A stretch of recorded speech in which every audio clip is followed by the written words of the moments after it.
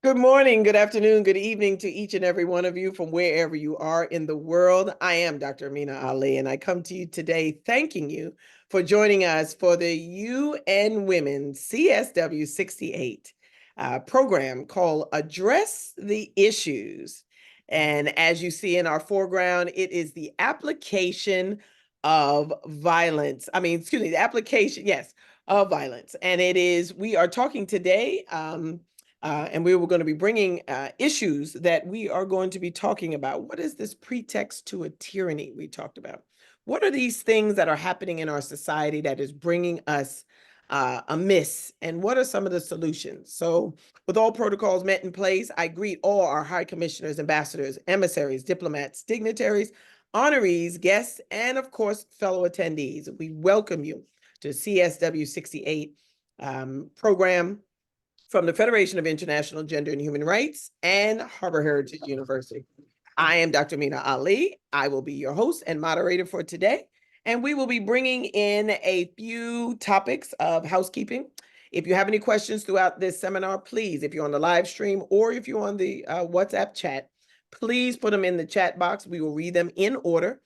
We will make all of the questions first, the comments afterwards, and if we have time at the end after her gem, we will make sure that we will post them as far as an answer, and then we will give her information as far as how to contact her after the event is over. Right before we do the gems, she'll send her personal information as to get in contact with her. If you are coming in for class, please join your respective links. So please go into your class link. You'll see it. There's an email that was sent out and the link is in there. Just click the link. It'll bring you right into the live stream. If you have anyone that is having trouble, you can send that same link to them. So if you got on with that link, send that link to them as well.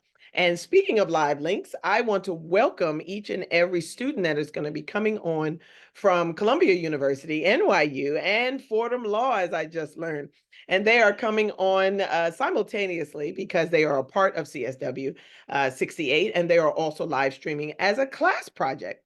So this is also going to be something that is going to be instrumental in their academia and their classwork for international studies, foreign affairs, and political science. So this is going to be awesome, awesome, awesome feelings of knowing that we are celebrating with students, the youth and the young mind, so that we can bring solutions that will become a habit for them. So, good afternoon, everyone. I stand before you today to talk about a pressing issue that has plagued our society for far too long. The need for a new narrative in the reinvention of the social construct of hearing the voice of women. Throughout history, women have been silenced, marginalized, and disregarded in countless aspects of society. Their voices have been muted, their opinions dismissed, and their experiences invalidated. And while progress has certainly been made in recent years, there's still much work to be done in order to create a more equitable and just world for us all. In today's world, women continue to face discrimination, bias, and barriers that prevent them from fully participating in society. Yet, we are made to raise children with birthrights that allow full access to these same alienated rights. Despite the progress that has been made in recent years, there is still much work to be done to ensure that women are able to speak up, be heard, there's a difference, and have voices respected and taken seriously. The time has come for us to acknowledge the importance of amplifying the voice of women in every aspect of society. We cannot continue to ignore the valuable perspectives, insights, and contributions that women bring to the table. We must actively seek out and listen to their voices and create spaces where they can speak freely and be heard without fear of judgment or retribution. There is no better time than this climate right now to begin to use our voice to speak up against the atrocities that has plagued the world in the genocides that are happening in the continents of Africa, in Mozambique, in Rwanda, in Darfur, in parts and parcels of Sudan, and now in the Middle East. It is time, the time has come for us to challenge the societal norms and the stereotypes that have perpetrated us for centuries. We must dismantle the patriarchal system that has allowed for the oppression and the silencing of women and create a space in that void for new narratives that values and prioritizes the voice of women in all aspects of society. It is not enough to simply listen to women's voices. We must actively work to create spaces where women feel empowered to speak their truth. We have to allow them to share their experiences devoid of guilt, shame, or the variances that feel as though their voice is not worthy. We have to hear the voices of women, which is a difference. We have to gain insights, listen to their empathy, their perspectives, and the solutions to the complex challenges we face as a society. Those closest to the solution, to the problem is always closest to the solution, and they have unique and valuable perspectives to hold. We have to begin to build tables and allow the women to be tables. We have to bring up chairs of allyship and those things that will bring us closer to the solutions in our communities. But in order to truly invent societal social construct of hearing voices of women, we must first confront and dismantle the system of oppression and discrimination that has kept them silent for so long. We must address issues such as sexism, misogyny, traditional thinking, male pattern toxicity, and gender-based violence that works toward creating a more inclusive and equitable society for us all. In closing, in order for us to create a more just and equitable and inclusive society, we must commit to actively listening, uplifting the voices, and urging everyone within the sound of my voice to join this important work. We must commit to creating a new world where the voices of women are heard loud and clear, commonplace, and even habitually, where their experiences are normal, that they are validated as an equitable piece of a puzzle that society has to put together. We are able to fully participate in shaping the futures of our societies because we birth the future. In closing, I urge you to take a stand in support of these women's voices and actively create a social society that is both repeatable and sustainable. I thank you so very much. That was an excerpt from our speech that was given to the opening ceremony for CSW68. And we are offering this from the Federation of International Gender and Human Rights. And we repeated this today because there's no better topic than today's topic than to bring that in. And there is no better woman than to bring this in today. Ms. Kyra Lee is the founder of the Black Women's Worldwide, chairman of the MLK League, and founder of the International Black Women's Day. If you didn't know it, there is an International Black Women's Day, and that's outside of Black History Month and anything that we socialize as authentic in the BIPOC community. We do have an International Black Women's Day that is every year. She will speak very, very highly on it. Kyra is someone that I respect deeply and is very, very deep in the community in changing the narratives of the diaspora. And we have her on today, and we are going to have her introduce herself a little bit more, tell us a little bit about what she's doing recently, and then open us up to her 3 questions that we're going to ask her and pick her brain a little bit on the emotional intelligence that she has to offer. So, Madam Lee, if you could give us about a minute on what you're doing. What are you up to? What is happening in your life recently? Thank you so much, Excellency, and thank you so much to everyone tuning in, logging on from whatever place on the globe that you are finding yourself this morning. I love you all, and I thank you for your time and energy. My name is Kyra Lee. I am a proud Michiganian, and I happen to find myself in the Bay Area of California, getting into good trouble out here on the West Coast. I have been running with an immense and powerful and dedicated team of leaders, mostly and largely based out of the Michigan space, the likes of Reverend Robert Olive, Bishop Herman Starks, Pastor Barry Randolph of Church of Messiah, and others, bringing together a new table specifically about this topic, attacking violence at its root and exploring its applications, the systems that support the necessity for violence, and we'll get into that later. I am definitely proud to be the daughter of 2 Black Panthers, one from Mississippi, one from Detroit. So uh, it is no surprise that I have taken this turn in life. I find myself being the proud sister of a powerful young lady in Miss Myra Lee that is going into service, servant leadership, has always been about the people. My brother Ken Same thing. Building systems on the national and international levels that allow for community, that allow for love, that allow for expression, and most importantly, allow for different types of thought to be pushed to the forefront, amplifying voices that probably we don't hear from every day. So as you all are tuning in, I want you to listen to themes. I want you to listen to your responsibility in the next steps. I want you to listen to your activation in the solution and figure out where you want to land. This conversation is not having for no reason. And the reason that I am here in the company of the most powerful, incomparable Dr. Amina Ali is because she is all about solutions. She is all about building the table that we need, and she is all about executing the policies that make those ideals become part of our reality. So I want you all to tune in and listen for how we can get involved, how we can roll our sleeves up and think into reality, manifest into reality what our next steps need to be. So I thank you. No, I thank you. That was powerful. Yes. And we are, as you know, we are going to be on the UN feed.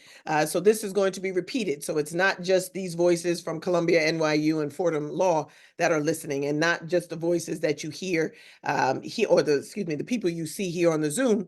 It is going to be repeated. And these are the things that we need. We need repeatable things. I know we always talk about branding and being unique, but I am really big on repeatable and sustainable things that we can mirror, we can have as things we can do over and over, because the more you do it, the more it becomes a habit, and the more it becomes a sustainable piece in society as a norm. So I'm all about repeating something. So if you take something and give it to someone else and they flare it in a different way, God bless you, because that means that that message is still going out. So that was really powerful that you said that. So thank you so very much. All right, pretext to a tyranny. We talked about this on your flyer and everyone just went crazy here in the office. Pretext to a tyranny. That's an Aesop thing. And it was a quip from Aesop. And it is, the full quote is, a tyrant will always have a pretext for his tyranny. So we're talking about intention in this. We're talking about why this was even, this is the pathology, why this came together. Why is it such a masculine toxicity when it comes to the oppressive measures of society? So within this mindset, and to intersect its meaning with the current leadership, explain a few places where you find that society has dropped the ball in the leadership of women of color. Please give a few examples, if you're able. Absolutely, absolutely. So when we talk about tyranny, let's get down into the meat. There are Yes. three types that we recognize generally. Now, my Okay. scholars, I want you all to expound upon these summaries, okay? Be loving with me this morning, okay? Because you all are actually specializing in this language. So we're going to bring up concept and then we're going to dive in. There are three types of tyranny that we recognize within governmental systems. So one is an autocracy, right? Mm. A government by one, a single individual holding all of the power. That is one form of tyranny. And so, from a Western lens, we like to talk about this particular type like it's the only type that exists. And that's a fallacy. That's a fallacy. So, when we talk about breaking down systems, we have to understand the system that we are deconstructing. A system of one is an autocracy. Government by minority is an oligarchy, where a small few hold all of the power, and they are a tyranny over the minority. The final and third, that some may be shocked to hear about in this space, is a government by a majority. In a democracy, the tyranny of the majority is what we are fighting. Okay. And all three are recognized forms of tyranny in the society. So, speaking to Dr. Amina's question, where have we dropped the ball when it comes to women? One, Mm. representation in the first place. Okay. In this world, we are actually more female than male at the moment. There are more women alive on the globe Right. than males at the moment. So, if we are talking about human rights, if we are talking about civil rights, if we are talking about the service of human beings, it would make sense categorically for us to include a focus on women. It would make sense for us to include a focus on more than 50% of the population we are pledged to serve, statistically. Secondly, when we talk about what a woman's place is. Some of y'all just cringed. What a woman's place in this power dynamic is. That is cultural. That is socioeconomic. That can be religiously defined. There are belief systems that sit a woman in a seat, which is a form of othering because it is just opposed to what is presumed to be a male position in the space. It is presumed that power always will exist within a male construct, and we need to bring women into that norm, as opposed to presuming that the norm is that all people exist in the structure and that power distribution would flow through that structure. So that concept is a failure to women. The concept that we were not included, are not part of, and therefore as others need to be brought to, as opposed to the fact that we're sitting here breathing, creating, leading, and solving problems on a daily basis, whether we are acknowledged for that work or not. Another activity that has failed and continues to present challenge is the ideal that because we are different, because these identities, these sectors of humanity now have labels, those labels create opportunity for value because we are divided outside of humanity and human need. These separate sectors of humanity now get put on a hierarchy, a system across all cultures, and we can assign value based on our own implicit bias. So depending on if your society is matriarchal or patriarchal, the value of where a woman's role falls is absolutely defined. When we talk about wage gaps, when we talk about policy measures, if you look at old legal doctrine, a lot of it is written, with a presumed male pronoun, and language is extremely powerful. When we look at the number of derogatory terms in language to define woman or feminine versus masculine or male, there are 3 to 5 times more available hurtful words, demeaning words, depressing or diminishing terms for a female or feminine person versus male or masculine. This is not an accident. It's not an accident. Right down to indoctrination, propaganda, mental processes that create lens, create sound, create language, and ultimately communication. The way that women are represented within our thought patterns is different. And in places, it is harmful and becomes the intersection for violence. Pushing forward, we have a conundrum at the intersection of female and race. And for those of you all that tune in regularly, this is where the work begins. Because now we have conflicting implicit bias. I don't know whether to hate you because you are female or because you are of color or both. And in the workplace, as an example, this can create microaggressions, situations that are hard to name, hard to create policy against because they're hard to identify. In our US space, we have laws that were established for protected classes. If I can't tell which class is being discriminated against, it is hard for me to access legal protection as a woman of color. So it's very important that as we explore this question, we acknowledge its complexity. For women of color, it's not straightforward.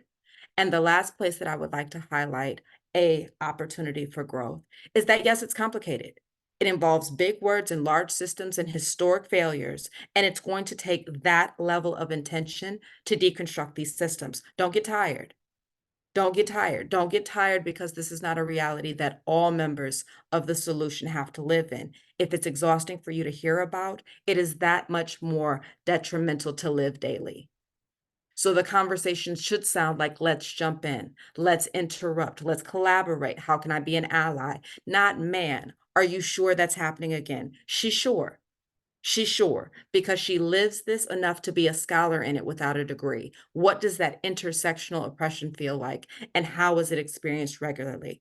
Ask, we can explain it. And we don't have to have this platform to educate others. So thank you, Dr. Ali. Powerful question.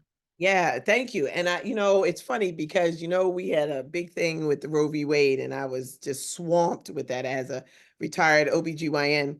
And one of the things that they asked me on the panel, and it struck a nerve when you said it, that intersection.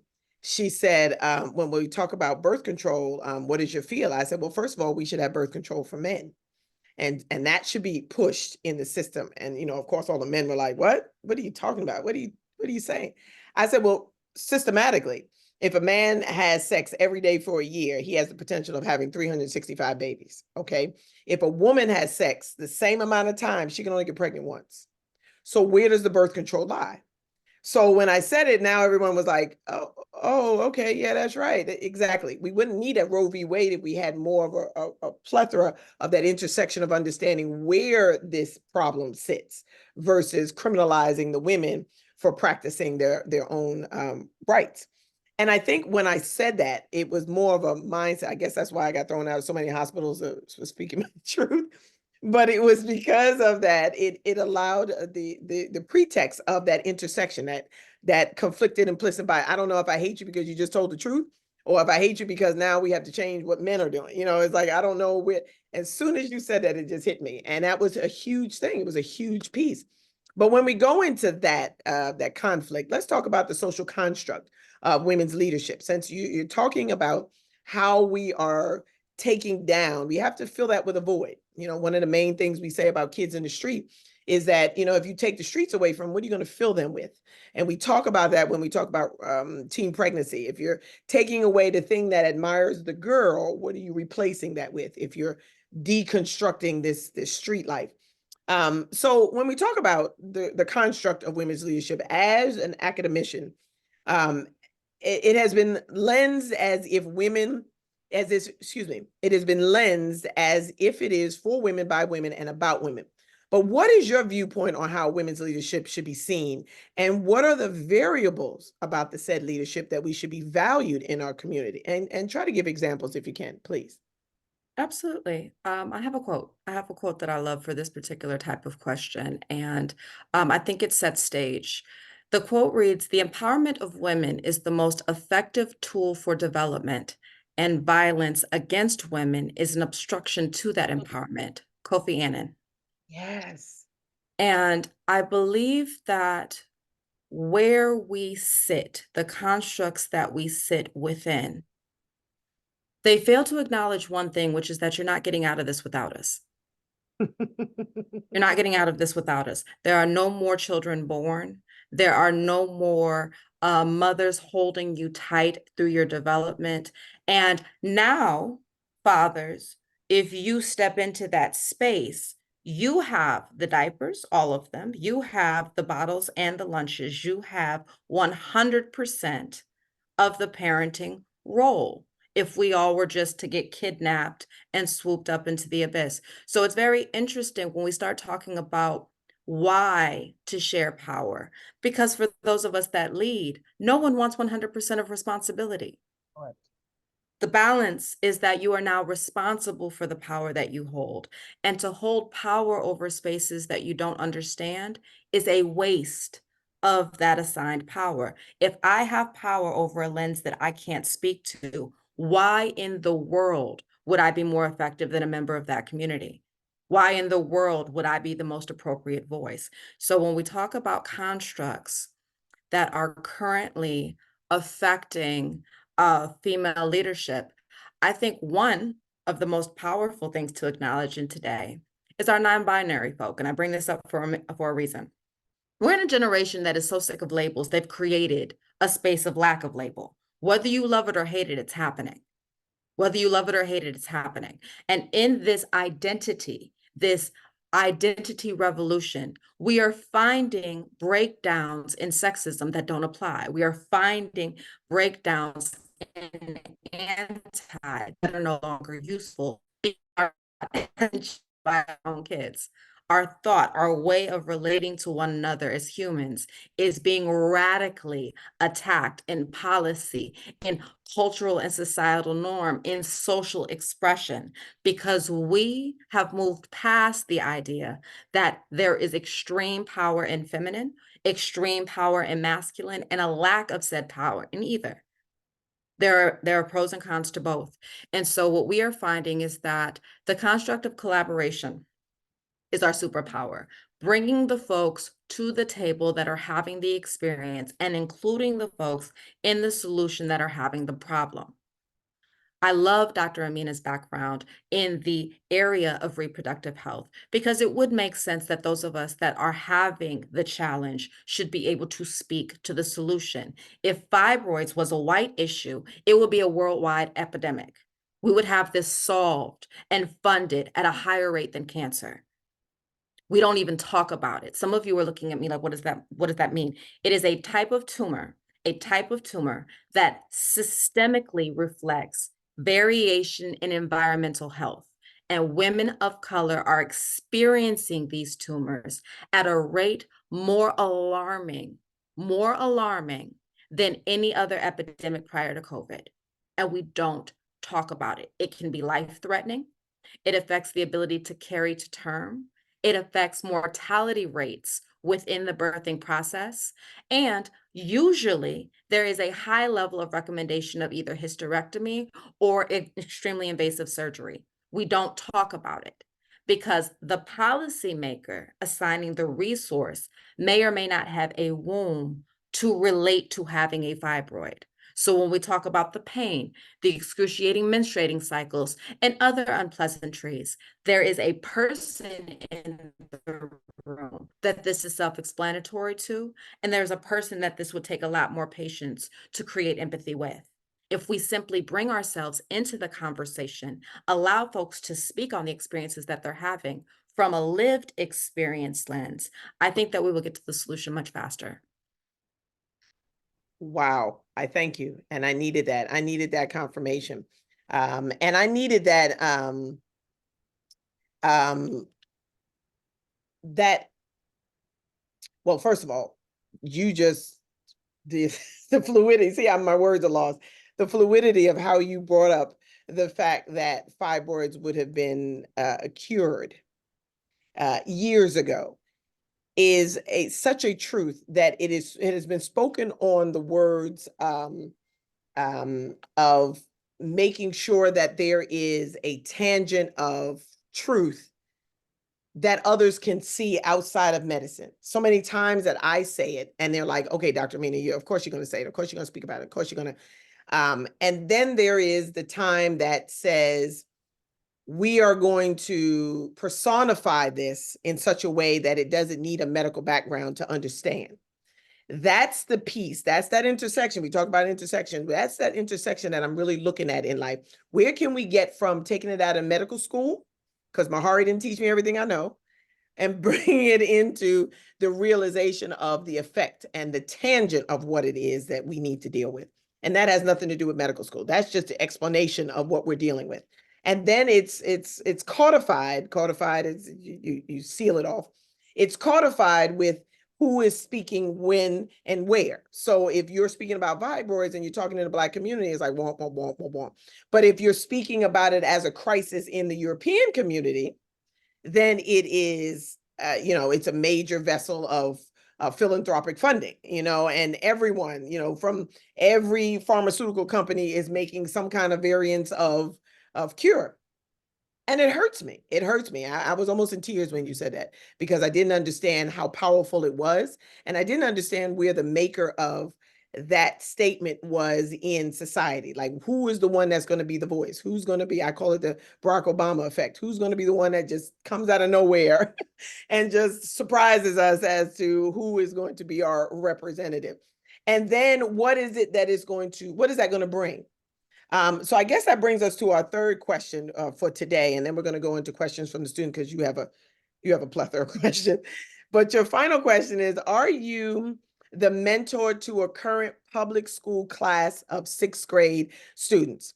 You are tasked with intersecting voice and narrative, and it pertains to how they will brand themselves. Give us some points as to the lecture and speak to the women and the girls that are coming after you, and what it is that they're going to be learning from what you teach today. Absolutely. I would start with saying thank you. I would start with saying thank you. I would. I would start with saying thank you. And the reason I would start with thank you is because you all daily are choosing to remain, choosing to address, and choosing to speak out at younger and younger and younger ages. Your confidence and your courage is historic in the first place. So first of all, thank you for That's your why I voice. didn't confirm with you yesterday, because I know that that I was on this meeting. The second place that I would start with a sixth grade class would be to remind you all that everything, for better or worse, that you do is recorded. Everything that you do is recorded, and that's a burden I didn't have. I remember when Facebook was invented. I remember when we shunned away from it at first. It was only released to college age students at first. You could not get onto Facebook or create an account without being enrolled in a university. And I think there was some wisdom to that because when you start creating an online resume of your activities, you're going to look back later. You're going to look back later. You're going to look back the following summer, and things that were really important are not as important anymore. But you have the burden of a record now. So I would task my sixth grade warriors to think about how you want to use your phones. I'll start there. You all live in your cell phone. That cell phone is a film device. That cell phone is a journalistic tool. That cell phone is an artistic tool for expression. Where is the power in your phone? And where is the power in the conversations you're having on it? I would challenge you to start there. If the people calling you and the people that you are calling do not empower you, there should be a shift after today. If the people that are calling you and the people you are calling do not empower you, do not lift you up as young women, that do not cheer you on, do not create doors that open. A friend in this world is a person that opens doors for you. That part is free. That part is free. Giving access to a table, handing power to a colleague takes nothing from anyone. It is a fallacy that to share light somehow dims it. It does not. Lighting candles around in a circle creates more light. Sharing your light creates more light. It does not diminish the origin light. And we have to get past that. The third thing that I would say is that your challenges are real. Your challenges are real, and they come with rules. Every generation exists within a reality that has parameters, that has rules. And as much as you may or may not like those rules that came before you, our job is to be available for you to learn the rules of your reality, to explain them to you honestly, and protect your access to have an input into those rules. Our lawyers, our politicians, our elected officials, our civil servants. For those of you at the sixth grade level that are going in that direction, you are taking on the responsibility for speaking for those that can't. And we need you. We need you to take your phone and your platforms and start saying things that matter about things that hurt loudly, and finding folks with the resources to change that reality for you. We call them champions. Dr. Amina happens to be one of my champions, and I love her for that. If there is an issue that must be brought forth, it is brought forth with those that can impact a solution. Policymakers, community builders, culture changers, and tastemakers, and of course, students. And for my students listening in, I want you all to hear me very loudly. Every revolution started on a college campus. Every movement started with young people. It has never been the generation of wisdom that had two hands in the fight. We are here to guide. The strength has always come from the youth. The volume has always come from the youth. The need has always come from the youth. So while you all are attacking each other, you are the body that will carry out change. Your coming together is an act of revolution. The division already exists, and it's our foolishness. It really is. It is our foolishness. We put it there, we allow it to continue, and it is your job to not only call us out on it, but also not internalize that habit for your own future. You all had more sense at the age of 10 than some of the adults around you. It is your job to glean from their mistakes, not to repeat them. It is your job to look honestly with clear eyes on what is working and not working in your area and duplicate the solutions that are effective. It is your job to be honest with yourself and to not make excuses about the things that are hurting your community. And when you have access to independence, make a commitment not to bring those hurtful things on. Make the commitment to not be a part of the things that have hurt your siblings, your cousins, your parents, your grandparents, because a tribe is pouring into you. And a collection of examples are available to you in a very unique way. Lastly, internet. Learn on purpose. You have no excuse. You are the most informed generation ever born. You have the answers. You don't have the power. It is our job to get you the power. It is your job to be responsible with that power. But you are the most informed generation ever born. You know, and you know better. And we love you for that. You know, and you know better. And we love you for that. It is so important that you stand in that. And my last would be to have courage. When we look at the epidemic of gun violence going on in the West, when we look at gender-based violence and teen pregnancy and child brides, when we look globally at the challenges at the adult level that are impacting individuals at the child experience level, it is so important that we are honest about what we are facing. And if it feel wrong and it doesn't speak to your soul, if it doesn't make the future you sing, speak out. Speak out because that's what has been working. Your voice has been working. We do hear you and you do matter. So continue to live, continue to love, and to continue to create. And you will get there, I promise. That's huge. Yeah, you're right. And I can't even begin to even, yeah. And I said this, I formulated that question because I really wanted you to speak to Gen A. Gen A is that generation that's coming, that is circling around after the baby boomers and my generation, Gen X. And then there's Gen Y and then there's Gen Z. And I gave birth to some of those Gen Zers, and I know that there is a different taunt, a different talent that is coming through. And I know that that's going to be perfected in Gen A. So that the purpose of that question is to make sure that there is an understanding that there is true solace in that. Okay, so I have a question for you. I have a couple of them. In the interest of time, we'll probably do 2 or 3. Then we'll do some recognitions and then your gem for the evening. Okay. Building awareness through understanding. This is how it starts.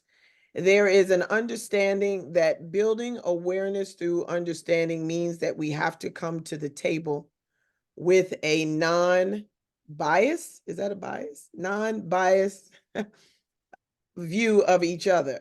How do we break that down? Okay. Awareness through understanding. So pretty much, how do we get past the bias before we get to the table?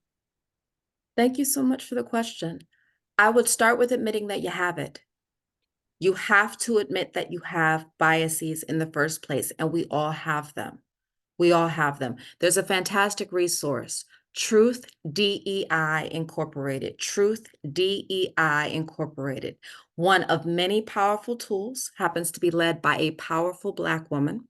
And the purpose of that mission is to have Cultivated, educated trainers help you unpack the things that you can't see. A habit takes a minimum of 90 days to form, and for most of us, at least 3 years of dedicated, consistent activity to deconstruct. It is hard to get past self alone because you don't want to. Self-preservation kicks in and you start saying, I'm actually good. I'm actually not that bad. I'm not as bad as this other person. Therefore, I don't need to work on it. And we create stories that all end in, I don't have to do the work. We give ourselves permission to ignore what we just admitted. And it's a cycle. So to deconstruct that activity, bring in an accountability partner, bring in a DEI team, bring in a counselor or a therapist. But if you catch yourself having implicit bias specifically toward women, the most powerful thing you can do is admit it and say it out loud so you can't take it back. Say it out loud so you can't take it back.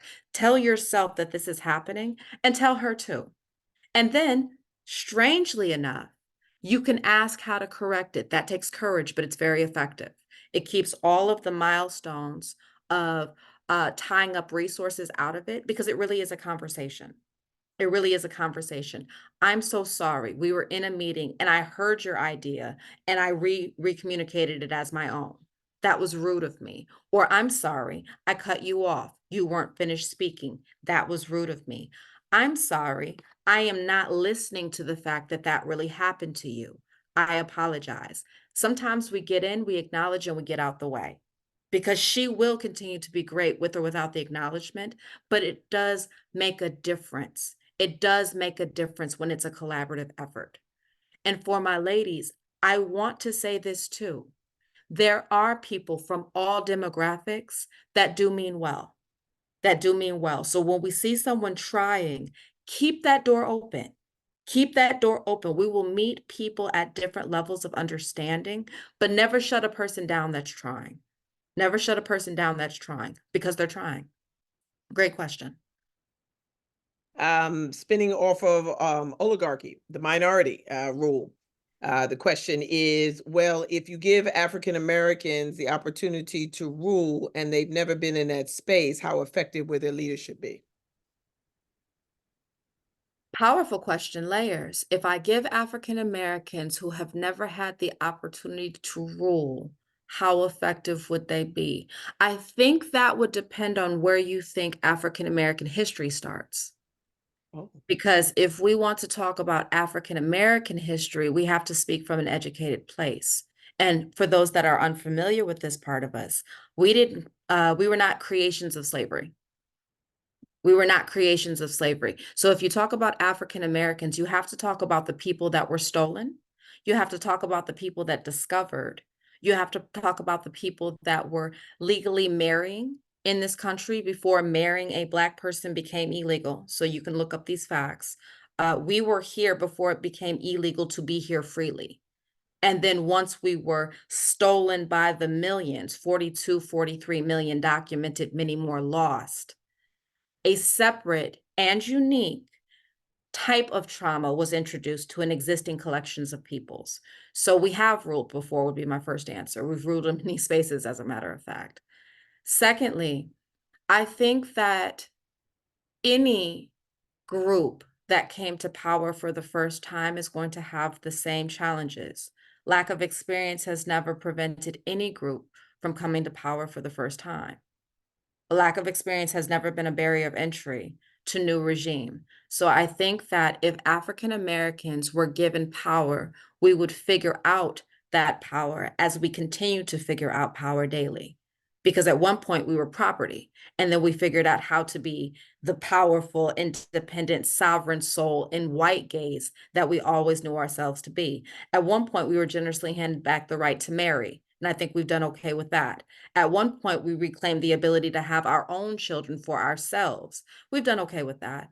We were given back the right to read, and we've wielded that power beautifully, and construction and engineering and so on. So as you hand an African American power, I think you will be very proud of the outcome as we continue to build forward. nice, nice, nice, nice. And I love the way you put that last piece in there. So thank you. Okay, last question. Empowering communication through research is the basis of the question. And in reading it, It says, if we're mentoring the next generation, how do we influence policy into practices? Since we are telling people how to ordain solutions, how do we actually solidify them into common everyday practices? It Uh, starts with awareness. It okay. starts with awareness. We have legal rights that we are not aware of. We have grant-based funding that we are not aware of. We have general resources in healthcare and in mental health and in physical support that we are unaware of. So the first way to address the problem is to be aware of the solution in the first place. The second is that once you have done the tedium of establishing policy, the policy has to be accessible. Let's talk about the right to vote. This is an election year. If I am not able to get my voting card, my voting registration, my voting prerequisites in place, then yes, of course I have the right to vote. I just can't access it. And then if I can't get to the place of distribution, being the voting center, if I don't have transportation, if there's a barrier of people preventing me from exercising that right, the policy is now useless because I can't apply the right within the policy. So the first is to know about the policy. The second is to make it accessible. And the third is to make sure that it has a review committee, making sure that what you intended the purpose of that policy to be, it actually plays out that way in application. One of the problems that we have when we talked about gaps, question 2 earlier, is we create policies for people that we don't have the experiences to speak on. So as we explore the concept of reparations and making someone whole in these various spaces, when we talk about global violence and the folks running from that violence into other borders and our neighbors that are coming through with these traumas, running from spaces that are just defiled by violence. It is so important that our policymakers are louder. We have a very complacent legal system. We do something good on paper, we don't tell anybody about it, and we move on. And if we can't agree, we get paid on the clock to not agree. It is very important that when we talk about the effectiveness of policy, not only do we support the teams that went through the legal education to be able to impact policy, but we also have the community partnerships to roll out that social access. What does it look like to change someone's legal reality? Juneteenth, we were free and we did not know it for years. So policy is one piece. It is the academic piece. It may be W.E. Du Bois' talented 10th exercise, but it is a 10th of the work. The other 90% is giving someone a new reality that hasn't had it before, teaching them how to wield the new power that was just created, and then teaching the policymaker what harm, what potential harm was just created by the new reality that you intended to be good. Because we're trying something new. So as we roll this out, we have to be brave enough to say, you know what? Universal health care. We took pieces of that away. We took pieces of that away. And so now there are gaps. What do we do to address the gaps since policy is usually a negotiation? It's usually a compromise. And what we compromised on was still needed. So on the ground, directly answering your question, it is important that we educate our society again on its legal reality. I would also challenge you as lawmakers to press for language that the general public can access. There is a problem that our legal system is written on purpose in language that is not accessible to the general public. Legal language might as well be a foreign language to the general public with a 4th grade literacy rate. And that is a gap that we can change yesterday. How can prison reform or legal reform or educational reform be effective if I don't even recognize you did something positive for me because of the double negatives in your language? Make it accessible. Make it accessible. You know, you bring up a very, very great point on that. And to really hone in on that, realistically, there is a good challenge to this. My dad being a police officer all of my life, I think he went in the force maybe 2 or 3 years before I was born, and him saying that, he said, "Ignorance of the law is not a defense." But then you write in a language that is a foreign language to even you as a police officer, because you have to go to school to learn this, and then some of them, rise up to law school and that type thing. But even you had to go to school to learn this. So how can you use that as a rational statement that ignorance of the law is no defense when there's ignorance to the laws that you have? That's why you break so many rules, and that was a big talk between him and I, and of course the debate was really heated, and it was decided that we, like you said, with policy, we got paid on the clock to disagree, but yet we understood policy was negotiation, and that was a huge piece to what it is that we discovered later on. But I jokingly say that, but there's truth to this. That language is truly a foreign one, and it's not one that is well negotiated, even when we are confronted with it in the courts of law and in jail sentences. This is why we have so many problems with that, because even they don't understand it and misconstrue it because you don't know the law. So it's a problem. So you touched on that as well.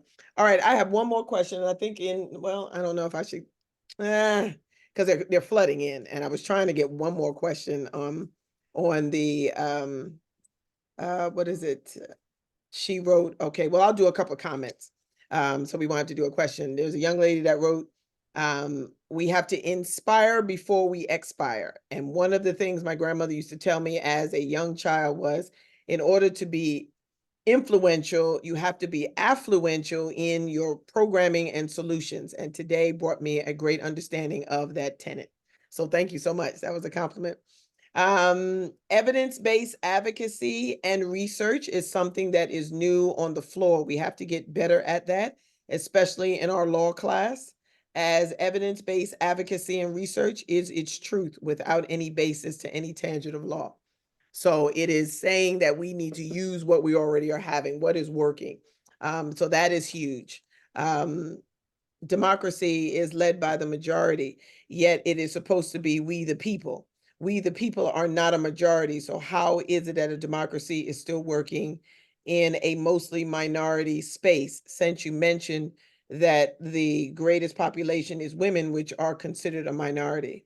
Oh, it's Black women actually. But so she says, how does a democracy, I guess that was a question, but it was a statement. It says, how does a democracy exist if the majority is ruling in a space where the minority is the greatest population? So maybe that was rhetorical. And then there is one more. She said, what voice can be elevated that would be heard to dismantle the traditional patriarchy? Oh, that is a question. So quickly, if you can, what voice can be elevated? What voice? So I don't know if that meant the woman's voice or the feminist voice, but what voice can be elevated that would be heard? So I guess, and that was where it's capitalized, be heard to dismantle the traditional patriarchy. I think that it depends on the space, loaded question, but I would say quickly, who would be heard is not where we start as people that are fighting for rights. So it is not my job to decide that you will listen to a Black woman, therefore I need to talk to you. It is my job to talk. It is my job to communicate effectively. It is my job to get to the loudest bullhorn available and speak my truth. It is not my job to worry about who is not going to hear me. If I started there, I would get nothing done. It is your job to tell the truth, and it is your job to be in control of your outcomes. Build across, build solutions that you can be responsible for, and take no excuse. It's not our business if people are listening. It's our business to talk.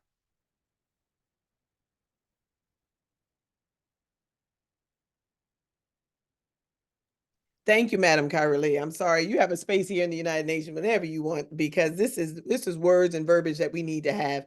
And on behalf of the Federation of International Gender and Human Rights, and the space that we hold in the UN Women for CSW68, I want to thank you so very much for being here with us.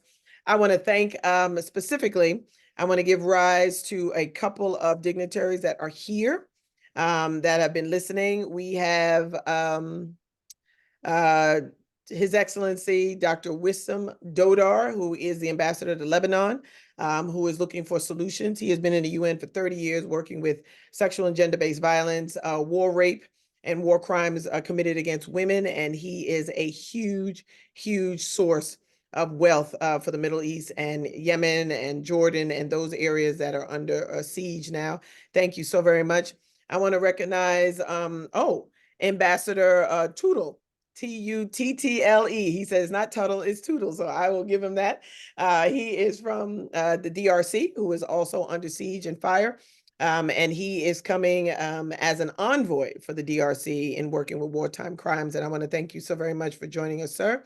I also see Myra Lee Fowler, who is the mother of Madam Kyra Lee. So I want to recognize her as a great and powerful empress, as an elder here today.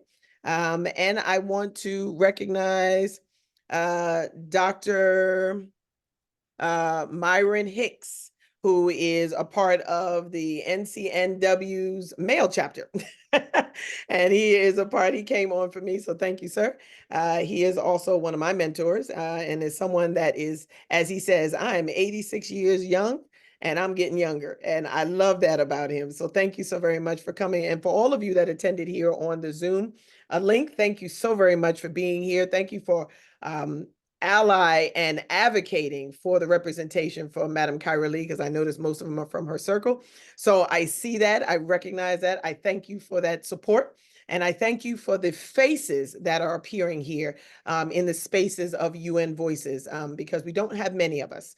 So I thank you so very much for your voice here today. I also want to thank the professors and the tenured professionals at Columbia University, NYU, and Fordham Law who joined us today on this live stream and allowed the understanding of their students to be empowered by this.